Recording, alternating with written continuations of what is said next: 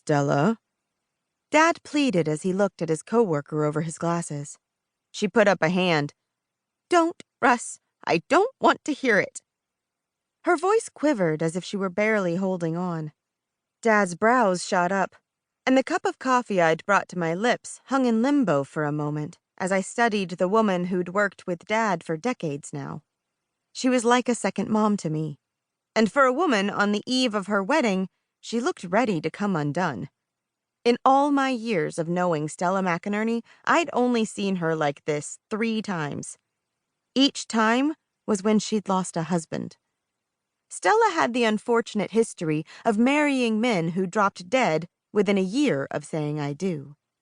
She was an active woman who picked unhealthy men, believing she could make them healthier. Sadly, many had been unhealthy for too long. All I was going to say, Stella, was that you don't have to be here. I know you have a lot to do, and I can manage the paper by myself for a few days, Dad said. Stella glanced at me. Her eyes narrowed as she tried to work out my dad's ulterior motive. I cut to the chase. You look overwhelmed, and that's not like you. She heaved a heavy sigh while glancing around the bullpen, the open space that made up the center of the paper. Back in its heyday, this was where the reporters would have worked. But now it was just Dad and Stella and a handful of freelancers. Today, Dan, my dad's IT guy, who managed the website and all things digital, was banging away on his laptop, upgrading something or other. Stella wagged a finger at him. Last time we did an upgrade, the system crashed and we were scrambling. That's why I feel overwhelmed. I can't handle going through that again right now. I wish we would have waited to do this upgrade. No crashing is going to happen today, Dan argued. I've tested and retested, and I wish you had a little more faith in me, Stella. She snorted. Oh, like you have faith in me. I overheard Chuck say you placed a bet that Tom wouldn't last 3 months. I don't think betting on the lifespan of my future husband is a funny sport, Dan Dix. Dan had the good sense to look ashamed. I didn't start the betting, and I didn't know what was going on until Chuck asked me if I wanted in on it. Besides, it's not just Tom's longevity we're betting on. There are odds on you, too, and Sam. Stella looked confused. Me? Why? I sat up straighter. Me? Dan tapped away on his keyboard, giving Stella a quick glance. I don't know the specifics, Stella. Something about how his wife died mysteriously. No one knows anything about her.